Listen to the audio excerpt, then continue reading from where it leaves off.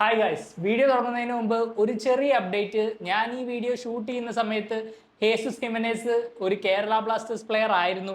പക്ഷേ ഇപ്പോൾ നമുക്കറിയാം അദ്ദേഹം ക്ലബ്ബ് വിട്ട് പോയിരിക്കുകയാണ്. അതുകൊണ്ട് തന്നെ ആ ഒരു ഫാക്ടർ കൺസിഡർ ചെയ്യാതെയാണ് ഞാനിവിടെ സ്ക്വാഡ് റീബിൽഡ് ചെയ്തിരിക്കുന്നത്. അപ്പോൾ keep that in mind. Also നമ്മുടെ ക്ലബ്ബ് ഉൾപ്പെടെയുള്ള എല്ലാ ISL ടീമുകളെയും FSDL ഇൻഫോം ചെയ്തു കഴിഞ്ഞു ടൂർണമെന്റ് കറന്റ് ഹോൾഡ് ചെയ്തിരിക്കുകയാണെന്ന്. അതായത് നിലവിലെ സാഹചര്യം തുടരുകയാണെങ്കിൽ ഈ വർഷം ഈ കോമ്പറ്റീഷൻ നടക്കുമെന്ന് നമുക്ക് ഒരു ഉറപ്പും പറയാനാവില്ല. ഞാൻ ഒരുപാട് സമയമെടുത്ത് റിസർച്ച് ചെയ്ത് എഡിറ്റ് ചെയ്തൊരു വീഡിയോ ആയതുകൊണ്ടാണ് ഇത് ഇങ്ങനെ ഒരു സാഹചര്യത്തിലും അപ്ലോഡ് ചെയ്യുന്നത്. Hope you guys enjoy it. Kerala blasters ISL ട്രോഫിക്കായി കമ്പീറ്റ് ചെയ്യാൻ ടീമിൽ എന്തൊക്കെ മാറ്റങ്ങൾ കൊണ്ടുവരണം? നമ്മുടെ ക്ലബിനെ സംബന്ധിച്ചിടത്തോളം ഇതാണ് ദ $1 മില്യൺ ക്വസ്റ്റ്യൻ. ചരിത്രത്തിൽ ഇതുവരെ ഒരു ട്രോഫി പോലും അടിക്കാത്തൊരു ക്ലബ്ബ്, സാഡ്ലി അതാണ് ഇപ്പോൾ കേരള ബ്ലാസ്റ്റേഴ്സ്. എന്നാൽ ഈ ഒരു ചീത്തപ്പേര് നമുക്ക് മാറ്റിയെടുക്കണ്ടേ? അതുകൊണ്ട് ഞാൻ കേരള ബ്ലാസ്റ്റേഴ്സിനെ റീബിൽഡ് ചെയ്യാൻ തീരുമാനിച്ചു. ടെക്നിക്കലി ഇത് പോസിബിൾ അല്ല, ബിക്കോസ് ഞാനൊരു ക്രിയേറ്റർ മാത്രമാണ് and I don't make decisions for this football club. പക്ഷേ ഈ വീഡിയോയിലൂടെ എൻ്റെ ഉദ്ദേശം നമ്മളെപ്പോലുള്ള ഫാൻസിന്റെ ഇടയിൽ ഇങ്ങനെയുള്ള കോൺവെർസേഷനുകൾ ഉണ്ടാക്കുക എന്നുള്ളതാണ്. ഇപ്പോൾ ഈ ക്ലബ്ബ് ഭരിക്കുന്നവരാരായാലും അവരൊക്കെ വരുന്നതിനും വർഷങ്ങൾക്ക് മുമ്പ് നിങ്ങളും ഞാനും ഒക്കെ ഈ ടീമിനെ നെഞ്ചിലേറ്റിയതാണ്. അപ്പോൾ നമ്മുടെ ആവശ്യങ്ങൾക്ക് വേണ്ടി നമ്മൾ തന്നെ സംസാരിക്കണ്ടേ? ഞാൻ ഈ വീഡിയോയിലൂടെ മാനേജ്മെന്റിനോട് വളരെ അൺറിയലിസ്റ്റിക് ആയിട്ട് ഒരിക്കലും നടക്കാത്ത സൈനിങ്ങുകളൊന്നും അല്ല ചോദിക്കാൻ പോകുന്നത്. വെറും 7 ട്രാൻസ്ഫറുകൾ. ഈ 7 ട്രാൻസ്ഫറുകളിൽ 7ാമത്തേത് ഓപ്ഷണലും കൂടിയാണ്. അപ്പൊ ഞാൻ പറഞ്ഞു വരുന്നത് വെറും 6 സൈനിങ്ങുകൾ കൊണ്ട് മാത്രം നമുക്കൊരു മികച്ച കമ്പറ്റിറ്റീവ് ടീമായി മാറാം. ഇനി ഈ 6 സൈനിങ്ങുകളും കൂടുതലാണെന്ന് പറയുന്നവരോട് ഞാൻ ഒരു കാര്യം ഓർമ്മപ്പെടുത്തട്ടെ. കഴിഞ്ഞ 2 സീസണുകളിലായിട്ട് നമ്മൾ ആകെ മൊത്തം 23 പുതിയ കളിക്കാരെയാണ് സൈൻ ചെയ്തിട്ടുള്ളത്. എന്തായാലും അത്രയും വലിയൊരു അഴിച്ചുപണി നമ്മൾ എവിടെ എത്തിച്ചില്ല. അപ്പൊ നമ്മുടെ നിലവിലെ സ്ക്വാഡിന്റെ കോറ് റീറ്റെയിൻ ചെയ്തുകൊണ്ട് തന്നെ ആവശ്യമുള്ളിടത്ത് മാത്രം ഈ 6-7 സൈനിങ്ങളെ കൊണ്ടുവന്നാൽ തീർച്ചയായിട്ടും നമുക്കൊരു അടിപൊളി ടീമിനെ സെറ്റ് ചെയ്യാം. ആ ഒരു സ്ക്വാഡ് റീബിൽഡിംഗ് ആണ് നമ്മൾ ഈ വീഡിയോയിൽ നോക്കാൻ പോകുന്നത്. 7 സൈനിങ്ങുകൾ മതിയെന്ന് ഞാൻ പറഞ്ഞല്ലോ. ഇത് ഏതൊക്കെ പൊസിഷൻ ആണെന്ന് വീഡിയോ തുടങ്ങുന്നതിന് മുമ്പ് ഞാൻ ക്ലിയർ ആയിട്ട് മെൻഷൻ ചെയ്യാം. ഒരു ഫോറിൻ സെന്റർ ബാക്ക്, ഒരു young Indian centre back with potential to grow, ഒരു പുതിയ ലെഫ്റ്റ് ബാക്ക്, നവോച്ചയ്ക്ക് നല്ല കോമ്പറ്റീഷൻ നൽകാൻ പറ്റിയ ഒരു പ്ലെയർ. അതുപോലെ തന്നെ നമ്മൾ ഏറ്റവും കൂടുതൽ പൈസ സ്പെൻഡ് ചെയ്യേണ്ടത് ഒരു ഡിഫൻസീവ് മിഡ്ഫീൽഡർ, വെരി ഇമ്പോർട്ടൻറ്റ്. പിന്നെ ഒരു ഇന്ത്യൻ സെൻട്രൽ മിഡ്ഫീൽഡറും ഒരു ഫോറിൻ സ്ട്രൈക്കറും. ഇപ്പൊ 6 പേരായില്ലേ? ഇനിയാണ് ഞാൻ പറഞ്ഞ ആ 7ാമത്തെ ഓപ്ഷണൽ സൈനിങ്. അത് ഇഷാൻ പണ്ഡിതയുടെ റിപ്ലേസ്മെന്റ് ആയിട്ട് വരേണ്ട ഒരു ഇന്ത്യൻ സെൻട്രൽ ഫോർവേഡ് ആണ്. ഇത് എന്തുകൊണ്ടാണ് ഓപ്ഷണൽ എന്ന് ഞാൻ ഡീറ്റെയിൽ ആയിട്ട് വീഡിയോയുടെ അവസാനം പറയാം. ഇപ്പൊ നിങ്ങൾ വിചാരിക്കുന്നുണ്ടാവും ഗോൾ കീപ്പർ മാറാണ്ട് ബാക്കിയുള്ള ഈ സൈനിങ് ഒക്കെ വന്നിട്ട് എന്താണ് പ്രയോജനം എന്ന്. ഞാൻ നേരത്തെ പറഞ്ഞില്ലേ, ഇത് വളരെ റിയലിസ്റ്റിക് ആയിട്ടുള്ള ഒരു സ്ക്വാഡ് റീബിൽഡിംഗ് വീഡിയോ ആണ്. അങ്ങനെ ആയിരുന്നില്ലെങ്കിൽ ഞാൻ ഒരു പക്ഷേ പറഞ്ഞാനെ നോർത്ത് ഈസ്റ്റ് യുണൈറ്റഡിൽ നിന്ന് ഒരു ട്രാൻസ്ഫർ ഫീ ഒക്കെ കൊടുത്ത് ആ ഗുർമീത് സിംഗിനെ കൊണ്ടുവരണമെന്ന്. പക്ഷേ ക്ലബ്ബ് എന്തായാലും അർഷനെ സൈൻ ചെയ്ത് കഴിഞ്ഞു. ഫസ്റ്റ് ചോയ്സ് ആരാണെന്നൊരു ക്ലാരിറ്റി ഇതുവരെ ഇല്ലെങ്കിലും എന്തായാലും നമ്മൾ ഇനിയൊരു ഗോൾ കീപ്പറിനെ സൈൻ ചെയ്യുമെന്ന് വലിയ പ്രതീക്ഷയൊന്നും വേണ്ട. അതുകൊണ്ടാണ് ഇവിടെ ഒരു പുതിയ ഗോൾ കീപ്പറിനെ ഞാൻ ഇൻക്ലൂഡ് ചെയ്യാത്തത്. അപ്പൊ നമ്മുടെ ആദ്യത്തെ പൊസിഷനായ ഫോറിൻ സെന്റർ ബാക്കിലേക്ക് കിടക്കാം. ബികാഷ് യുംനത്തിന്റെ കൂടെ കളിക്കുന്ന പ്ലെയർ ആയതുകൊണ്ട് തന്നെ ഒരു ലെഫ്റ്റ് ഫുട്ടഡ് സെന്റർ ബാക്കിനെയാണ് നമ്മൾ നോക്കുന്നത്. എൻ്റെ അഭിപ്രായത്തിൽ ഈ പൊസിഷനിലേക്ക് നമ്മൾ കൊണ്ടുവരേണ്ട പ്ലെയർ കർട്ടിസ് ഗുഡ്. ഈ ഓസ്ട്രേലിയൻ ഡിഫൻഡറെ കുറിച്ച് നമ്മൾ 5 റിപ്ലേസ്മെന്റ്സ് ഫോർ മിലോസ് വീഡിയോയിൽ വളരെ ഡീറ്റെയിൽ ആയിട്ട് സംസാരിച്ചിട്ടുണ്ട്. ഞാൻ ആ വീഡിയോ ഇവിടെ ലിങ്ക് ചെയ്തേക്കാം. നിങ്ങൾ ആരെങ്കിലും അത് കണ്ടിട്ടില്ലെങ്കിൽ ഈ പ്ലെയറിനെ കുറിച്ച് അറിയാൻ താല്പര്യമുണ്ടെങ്കിൽ തീർച്ചയായിട്ടും ചെക്കൗട്ട് ചെയ്യാം. പക്ഷെ ആ വീഡിയോയിൽ കർട്ടിസ് ഗുഡ് നമ്മുടെ നമ്പർ 2 ചോയ്സ് മാത്രമായിരുന്നുള്ളൂ. നമ്പർ 1 ആയിട്ട് നമ്മൾ ചൂസ് ചെയ്തത് ലെസ്കോവിച്ച് ആയിട്ട് പ്ലേയിങ് സ്റ്റൈലിലും രൂപത്തിലും സാദൃശ്യമുള്ള മറ്റേ മിട്രോവിച്ചിനെയാണ്. പിന്നെ എന്തുകൊണ്ട് കർട്ടിസ് ഗുഡിനെ ഞാൻ ഇവിടെ ഫസ്റ്റ് ചോയ്സ് സെന്റർ ബാക്ക് ആയിട്ട് ചൂസ് ചെയ്തു? അതിന് ഒരേ ഒരു ഉത്തരേ ഉള്ളൂ, because he's more affordable. Qatar stars ലീഗിൽ കളിച്ചിരുന്ന മിട്രോവിച്ച് നല്ല ഹൈ സാലറി ഏൺ ചെയ്തുകൊണ്ടിരുന്ന പ്ലെയർ ആണ്. അതുകൊണ്ട് തന്നെ ഇങ്ങോട്ട് കൊണ്ടുവരിക എന്നുള്ളതിൽ ഫൈനാൻഷ്യലി ഒരു ചെറിയ പ്രശ്നമുണ്ട്. പിന്നെ നമ്മുടെ ഈ സ്ക്വാഡിൽ നമ്മൾ ഏറ്റവും വലിയ ഇൻവെസ്റ്റ്മെന്റ് നടത്താൻ പോകുന്നത് പുതിയൊരു ഡിഫൻസീവ് മിഡ്ഫീൽഡറിലാണ്. അത് ആരാണെന്ന് ഞാൻ വഴിയേ പറയാം. പക്ഷെ അങ്ങനെ ഒരു സൈനിങ് വരാനുള്ളത് കൊണ്ട് തന്നെ ബാക്കിയുള്ള പ്ലേയേഴ്സിനെയൊക്കെ നമ്മൾ വളരെ സ്മാർട്ടായിട്ട് റിക്രൂട്ട് ചെയ്യണം. എന്നാലേ ഇതെല്ലാം നമ്മുടെ ബഡ്ജറ്റിൽ നിൽക്കുള്ളൂ. അപ്പൊ നമ്മുടെ first choice centre back pair സെറ്റായി, ബിഗാഷും കർട്ടിസ് ഗുഡും. ഇനി നമുക്ക് റൈറ്റ് ബാക്കിലേക്ക് കിടക്കാം. റൈറ്റ് ബാക്കിൽ നമ്മൾ ഓൾറെഡി അമൈനെ സൈൻ ചെയ്തു. അതുകൊണ്ട് തന്നെ ഇപ്പൊ ഇവിടെ നമുക്ക് 4 ഓപ്ഷനുകൾ ഉണ്ട്: ഐബാൻ, അമൈ, പ്രബീർദാസ്, സന്ദീപ് സിംഗ്. ഇതിൽ ഐബാനും അമയും ഫസ്റ്റ് ചോയ്സ് പൊസിഷന് വേണ്ടി കമ്പീറ്റ് ചെയ്യും. പിന്നെ അവിടെ ഒരു പ്ലെയറിന്റെയും കൂടെ ആവശ്യമേ ശരിക്കുള്ളൂ. അതുകൊണ്ട് സന്ദീപിനെയോ പ്രബീർദാസിനെയോ നമ്മൾ വിൽക്കണം. ഈ 2 താരങ്ങളിൽ ആരെ നിലനിർത്തണമെന്ന് ചോദിച്ചാൽ ഞാൻ സെലക്ട് ചെയ്യാൻ പോകുന്നത് സന്ദീപ് സിംഗിനെയാണ്. എൻ്റെ വീഡിയോ പണ്ട് തൊട്ട് കാണുന്ന ഒരുപാട് പേർക്ക് ഇതൊരു വലിയ ഷോക്കായിരിക്കും. കാരണം ഞാൻ സന്ദീപിനെ മുമ്പ് ഒരുപാട് ക്രിട്ടിസൈസ് ചെയ്തിട്ടുണ്ട്. ഈ ഒരു തീരുമാനം കൊണ്ട് എൻ്റെ ആ അഭിപ്രായം മാറിയിട്ടൊന്നുമില്ല. പക്ഷേ എന്തുകൊണ്ട് സന്ദീപിനെ നമ്മളിവിടെ നിർത്തണം എന്നുള്ളതിന് എനിക്കൊരു എക്സ്പ്ലനേഷൻ ഉണ്ട്. Right back, left back, central back എന്നീ പൊസിഷനിലൊക്കെ കളിച്ച് പരിചയമുള്ള പ്ലെയർ ആയതുകൊണ്ട് തന്നെ ഒരു സ്ക്വാഡ് പ്ലെയർ ആയിട്ട് നിൽക്കാൻ ഏറ്റവും കൂടുതൽ സൂട്ടബിൾ ആയിട്ടുള്ള പ്ലെയർ സന്ദീപാണ്. റെഗുലർലി കളിച്ച് പെർഫോം ചെയ്യേണ്ട ഒരു പ്രഷർ ഇല്ലാത്ത സന്ദീപ് സിംഗ് സീസണിൽ 3-4 മത്സരങ്ങൾ കളിക്കാനായിട്ട് ഒരു യൂട്ടിലിറ്റി പ്ലെയർ ആയിട്ട് നമ്മുടെ സ്ക്വാഡിലുള്ളത് എന്തുകൊണ്ടും അത്ര മോശമായ തീരുമാനമാണെന്ന് എനിക്ക് തോന്നുന്നില്ല. ഇനി നമുക്ക് ഡിഫൻസിൽ അടുത്ത സൈനിങ്ങിലേക്ക് വരാം. നല്ല ഡെവലപ്മെന്റ് പൊട്ടൻഷ്യൽ ഉള്ള ഒരു ഇന്ത്യൻ സെന്റർ ബാക്ക്. ഇങ്ങനെ ഒരു ക്രൈറ്റീരിയ വെക്കുമ്പോൾ തന്നെ ആദ്യം മനസ്സിലേക്ക് ഓടിയെത്തുന്ന പേര് അലക്സ് സജിയുടേത് തന്നെയാണ്. And for obvious reasons too. He's a natural leader. ഒരു മലയാളിയാണ്, നല്ല ഡിഫൻഡർ ആണ്. അതുപോലെ തന്നെ വളരെ പ്രായം കുറഞ്ഞൊരു പ്ലെയർ ആയിട്ട് പോലും ഈ ലീഗിൽ ഈ ലെവലിൽ കളിച്ച് നല്ല എക്സ്പീരിയൻസും ഉണ്ട്. പക്ഷെ ഞാൻ അലക്സ് സജിയെ ഈ ഒരു സൈനിങ് ആയിട്ട് ഒരിക്കലും ചൂസ് ചെയ്യില്ല. അതെന്തുകൊണ്ടാണെന്ന് പറയാം. അലക്സ് സജി അങ്ങനെ ഒരു ഓപ്പർച്യൂണിറ്റി വിട്ട് ഇവിടെ വന്ന് മലയാളി എന്നുള്ള ഒരു ആഡഡ് പ്രഷറിൽ നമ്മുടെ ടീമിൽ വന്ന് കളിക്കേണ്ട ഒരു ആവശ്യം ഒരു പേഴ്സണൽ പെർസ്പെക്റ്റീവിൽ നോക്കിയാൽ പുള്ളിക്കില്ല. പിന്നെ നമ്മൾ റീസെന്റ് ബിഗാഷിനെയും സൈൻ ചെയ്തു. ഇന്ത്യയുടെ അണ്ടർ 23 ക്യാപ്റ്റൻ ആയതുകൊണ്ട് തന്നെ റെഗുലർ ഗെയിം ടൈം ബിഗാഷ് എന്തായാലും ഡിമാൻഡ് ചെയ്യും. അതിൻ്റെ കൂടെ ഒരു ഫോറിൻ ഡിഫൻഡറും പിന്നെ ഹോർമിപ്പാമും നമുക്കുണ്ട്. എനിക്കറിയാം കഴിഞ്ഞ സീസണിൽ ഹോർമി നമ്മുടെ ഒന്നും പ്രതീക്ഷയ്ക്കൊത്ത് ഉയർന്നില്ല. പക്ഷെ ഇപ്പോഴും ഒരു നല്ല സെന്റർ ബാക്ക് ആവാനുള്ള പല ക്വാളിറ്റികളും ഹോർമിപ്പാമിലുണ്ട്. ഹോർമിപ്പാമിനെ വിൽക്കരുത് എന്നാണ് എൻ്റെ പേഴ്സണൽ അഭിപ്രായം. അങ്ങനെയാണെങ്കിൽ അലക്സ് സജി അല്ലാതെ വേറെ ആരെ നമ്മൾ ഇങ്ങോട്ട് കൊണ്ടുവരും? ഞാൻ ചൂസ് ചെയ്യാൻ പോകുന്നത് എനിക്ക് പേഴ്സണലി അറിയാവുന്ന, ഞാൻ നേരിട്ട് കളി കണ്ടിട്ടുള്ള ഒരാളെയാണ്. ഷില്ലോങ് ലജോങ്ങിന്റെ സെന്റർ ബാക്ക് ആയ റോണി വിൽസൺ കാർബുദോൺ. വെറും 22 വയസ്സ് മാത്രം പ്രായമുള്ള ഈ ഡിഫൻഡർ ഐ ലീഗിലും സൂപ്പർ കപ്പിലും ഡ്യൂറൻ കപ്പിലും ആയിട്ട് ഓൾറെഡി 49 മത്സരങ്ങൾ കളിച്ചു കഴിഞ്ഞു. നോർത്ത് ഈസ്റ്റിൽ നിന്നും ഉയർന്നു വരുന്ന യങ് ഡിഫൻഡർമാരുടെ ലിസ്റ്റ് എടുത്താൽ അതിൽ മുൻപന്തിയിൽ തന്നെയാണ് റോണി. കഴിഞ്ഞ 2 സീസണായിട്ട് ലജോങ്ങിന്റെ മെയിൻ ടീമിൽ കളിച്ച് വരുന്നത് കൊണ്ട് തന്നെ അധികം വൈകാതെ ഈ പയ്യൻ ISL എത്തും എന്നുള്ളതിൽ ഒരു സംശയവുമില്ല. അത് കേരള ബ്ലാസ്റ്റേഴ്സിലാവണേ എന്നാണ് എൻ്റെ പ്രാർത്ഥന. കാരണം പ്രായത്തിൽ കവിഞ്ഞൊരു പക്വത ഈ ഒരു പ്ലെയറിൽ നമുക്ക് കാണാൻ കഴിയും. കഴിഞ്ഞ സീസണിൽ ഐ ലീഗിൽ 45 ഗോളുകൾ വഴങ്ങിയ ഏറ്റവും വേഴ്സ്റ്റ് ഡിഫൻസ് ആയിരുന്നു ലജോങ്. പക്ഷേ ഇതുകൊണ്ട് മാത്രം റോണിയെ ജഡ്ജ് ചെയ്യാൻ പറ്റില്ല. കാരണം ലജോങ്ങിന്റെ പ്ലേയിങ് സ്റ്റൈൽ അങ്ങനെയാണ്. ഒരു ഗോള് വഴങ്ങിയ 2 എണ്ണം തിരിച്ചടിക്കുക, അതാണ് അവരുടെ മെന്റാലിറ്റി. റോണി ISLലേക്ക് വരികയാണെങ്കിൽ ഒരു അഡാപ്റ്റേഷൻ ടൈം ഉണ്ടാവും എന്നുള്ളതൊക്കെ ശരി തന്നെയാണ്. പിന്നെ കേരള ബ്ലാസ്റ്റേഴ്സിൽ വേറെ ഒരു ക്ലബിലും ഇല്ലാത്ത ഒരു ആഡഡ് പ്രഷറും ഉണ്ടാവും.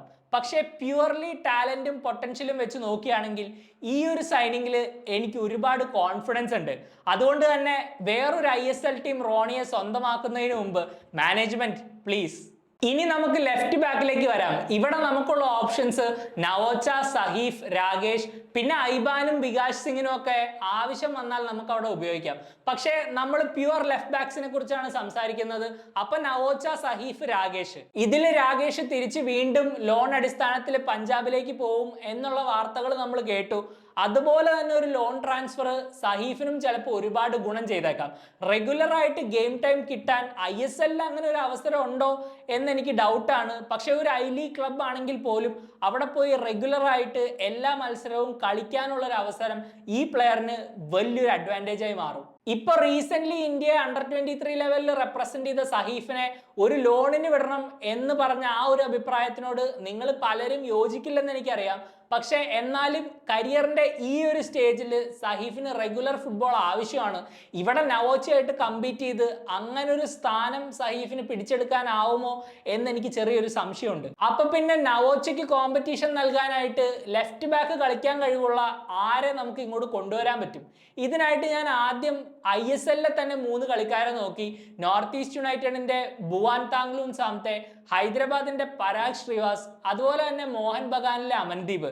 ഇതിൽ സാംതേനെയും ശ്രീവാസിനെയും നമുക്ക് എന്തായാലും കിട്ടില്ല.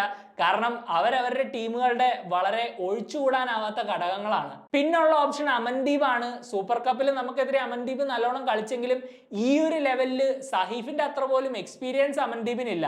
അതുകൊണ്ട് സഹീഫിനെ ലോണിന് വിട്ട് അങ്ങനെ ഒരു ഡെവലപ്പിംഗ് പ്ലെയറിനെ ഇവിടെ കൊണ്ടുവരുന്നതിൽ അത്ര വലിയ ലോജിക് ഉണ്ടെന്ന് എനിക്ക് തോന്നുന്നില്ല. ഈ കാരണങ്ങളൊക്കെ കൊണ്ട് തന്നെ പുതിയ ലെഫ്റ്റ് ബാക്ക് ആയിട്ട് ഞാൻ കൊണ്ടുവരാൻ ഉദ്ദേശിക്കുന്നത് ചർച്ചിൽ ബ്രദേഴ്സിന്റെ ലാൽ റം റുവാത്തയാണ്. കഴിഞ്ഞ സീസണിൽ ചർച്ചിലിന്റെ സക്സസിൽ ഈ മിസോറാംകാരൻ വഹിച്ച പങ്ക് ചെറുതൊന്നുമല്ല. അതുകൊണ്ട് തന്നെ I think a lot of clubs will target. അറ്റാക്കിലും ഡിഫൻസിലും മികവ് തെളിയിച്ചിട്ടുള്ള ഈ ഒരു ഡിഫൻഡർ വളരെയധികം ഡിപ്പെൻഡബിൾ ആണ്. അധികം ഇഞ്ചുറീസ് വരാറില്ല. പിന്നെ നവോച്ചയെ പോലെ അങ്ങനെ സസ്പെൻഷനുകളും മേടിക്കാറില്ല. ഈ ഒരു സൈനിങ്ങോട് കൂടി നമ്മുടെ ഡിഫൻസിൽ എല്ലാ പൊസിഷൻ കളിക്കാൻ ആൾക്കാരും ആവും, നല്ല ബാക്കപ്പ് ഓപ്ഷനുകളും ആവും. ഇനി നമുക്ക് ഡിഫൻസീവ് മിഡ്ഫീൽഡിലേക്ക് വരാം. ഈ ഒരു പൊസിഷനിലാണ് നമ്മൾ ഏറ്റവും കൂടുതൽ പൈസ ചെലവാക്കേണ്ടത്. ഈ പൊസിഷനിൽ ലഗത്തോറിന് റിപ്ലേസ്മെന്റ് ആയിട്ട് വരേണ്ട 5 താരങ്ങളെ വെച്ച് ഞാനൊരു വീഡിയോ ചെയ്തിരുന്നു. പക്ഷെ നമുക്ക് എല്ലാവർക്കും അറിയാം ലഗത്തോർ ഇവിടെ കണ്ടിന്യൂ ചെയ്യുമെന്ന്.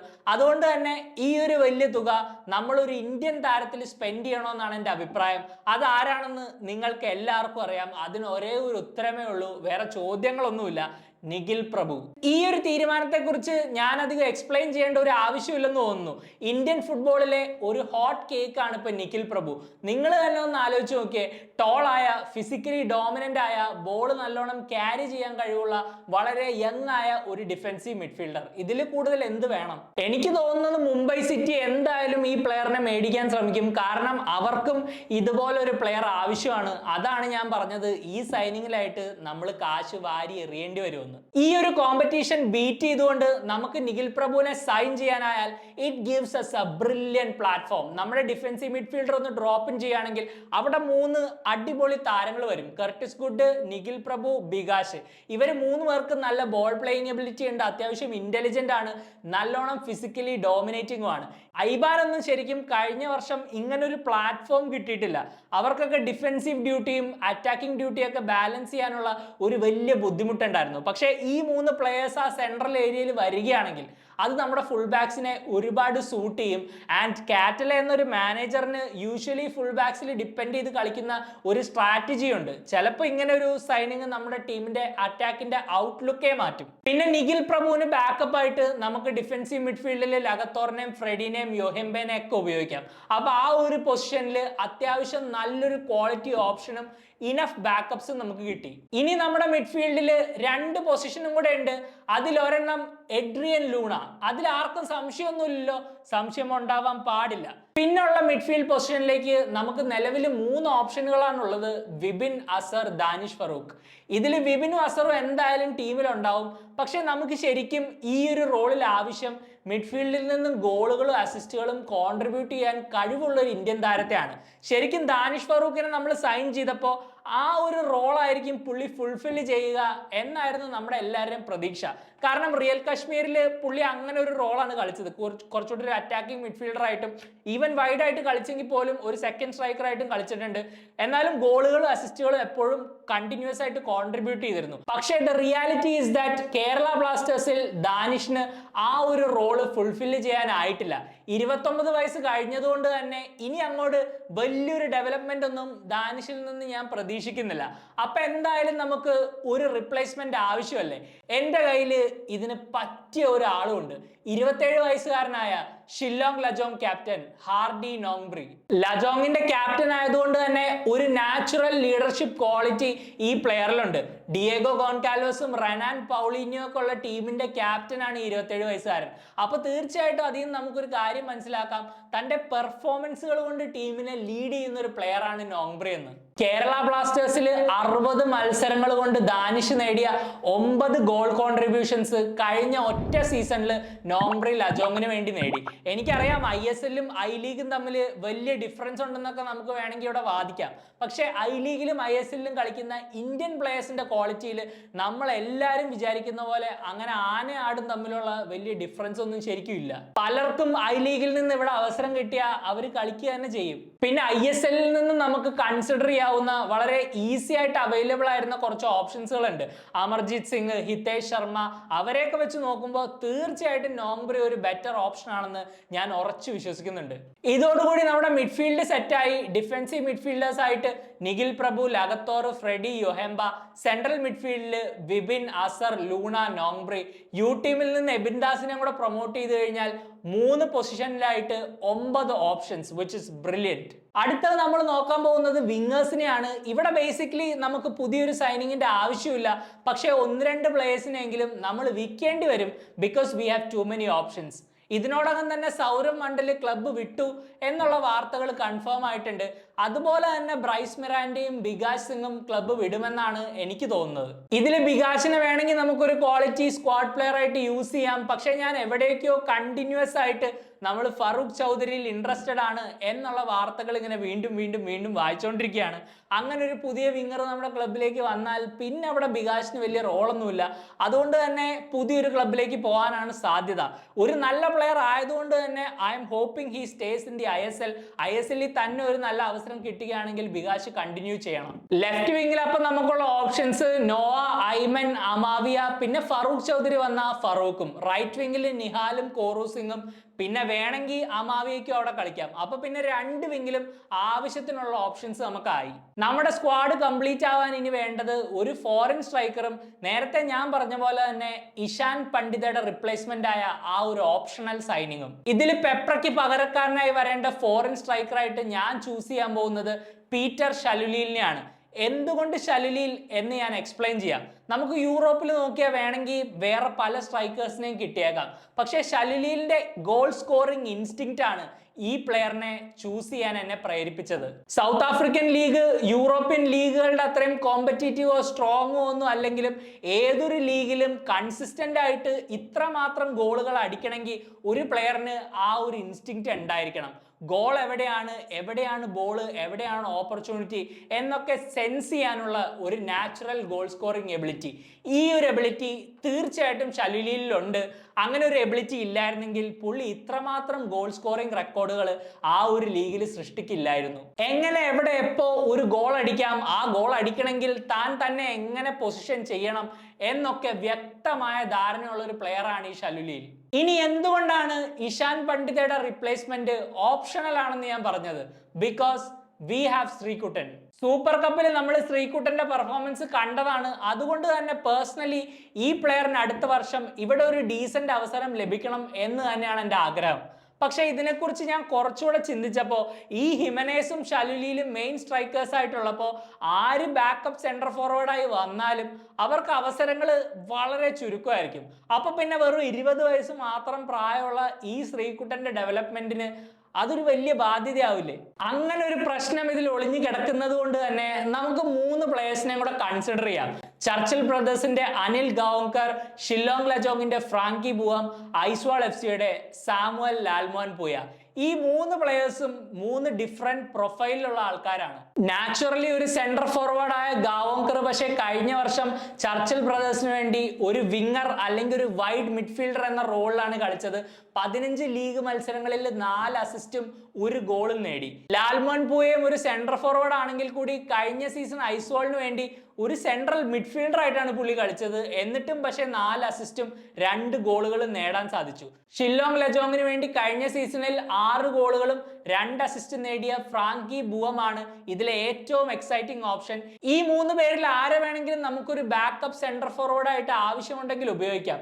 പിന്നെ ഇവരെല്ലാവരും വേറെ പൊസിഷൻ കളിച്ചിട്ടുള്ളത് കൊണ്ട് തന്നെ ഇവരൊക്കെ നല്ല സ്ക്വാഡ് പ്ലേയേഴ്സും ആയിരിക്കും. ബേസിക്കലി ഈ ഒരു സൈനിങ് ഓപ്ഷണൽ ആണെന്ന് ഞാൻ പറയാൻ കാരണം ശ്രീകുട്ടൻ ജെന്യുവൻലി ഇവിടെ ഒരു അവസരം ഡിസർവ് ചെയ്യുന്നു എനിക്ക് എൻ്റെ ഉള്ളിൻ്റെ ഉള്ളിൽ തോന്നുന്നതുകൊണ്ടാണ്. പിന്നെ ശ്രീകുട്ടനെ ലോണിന് വിട്ടിട്ട് ഈ 3 പേരിൽ നിന്നും ഒരാളെ കൊണ്ടുവന്നേ പറ്റുള്ളൂ എന്ന് പറയുകയാണെങ്കിൽ ഞാൻ തീർച്ചയായിട്ടും ഫ്രാങ്കി ബുവത്തിനെ തന്നെ ചൂസ് ചെയ്യും. എന്നാലും ബുവത്തിനെ പോലെ ഇത്ര ടാലന്റഡ് ആയിട്ടൊരു പ്ലെയറിനെ ഇവിടെ വിളിച്ചു വരുത്തി ഒരു ബാക്കപ്പ് ആയിട്ട് ഇരുത്തുകയാണെങ്കിൽ ആ പ്ലെയറിനോടും ഇന്ത്യൻ ഫുട്ബോളിനോടും നമ്മൾ ചെയ്യുന്ന ഒരു വലിയ ചതിയായി പോകും. ഈ ഒരു തോട്ട് പ്രോസസ്സാണ് എന്നെ ആകെ മൊത്തം കൺഫ്യൂഷനിലാക്കിയിരിക്കുന്നത്. എന്തായാലും നിങ്ങളുടെ അഭിപ്രായത്തിൽ ശ്രീകുട്ടനെ നമ്മൾ ലോണിൽ വിടണോ അതോ ഇവിടെ നിർത്തണോ? ഇനി ലോണിന് ശ്രീകുട്ടൻ പോവുകയാണെങ്കിൽ ഈ 3 താരങ്ങളിൽ നിന്നും ആരെ നിങ്ങളൊരു ബാക്കപ്പ് ഓപ്ഷനായിട്ട് കേരള ബ്ലാസ്റ്റേഴ്സിലേക്ക് കൊണ്ടുവരും?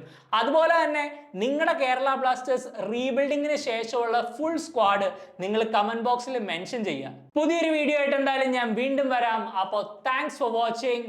You take care. Bye for now.